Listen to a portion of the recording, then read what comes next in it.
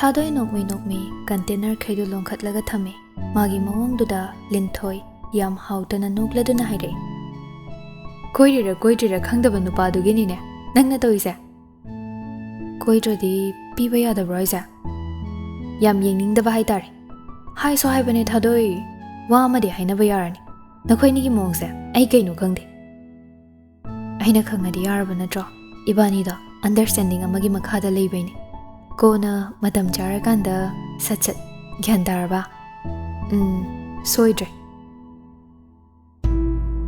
Karino haribo ha ngammoi siro si thoktanaba aina khoida hana haidabro tamna nganguba moiba hai karidano aina tabdoise changhad hatpaga manadriba haiwani ibo yaimana aisi karini haina khalamgani phana oiduna so angang masana yadragabu kari haidorige yagera yaroira Ko, ai di mai chopa yaro.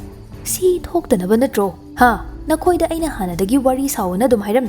Adu ada khangde ko, ai chopa yaro haisini.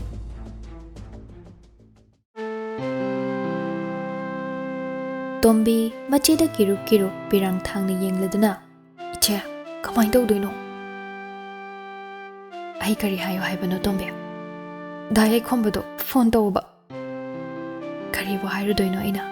Pangdaba madi adum lai jarsan iche ki nungai badudi maba nungsiru bagi dandi ne khalage Tombi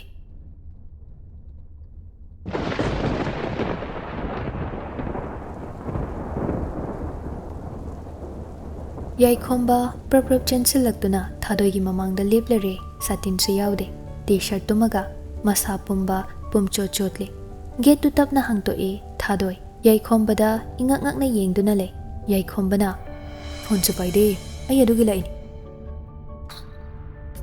tangkai to bala ino ai wase kadai dagi hogadabano khangtre nang chalo nangonda haining batam ning ba mayam leiri ai chakiro baba thor aga phasabam leiri chalo ai baba ga bari sara susani ai ngasi nangi firib madi khangba bam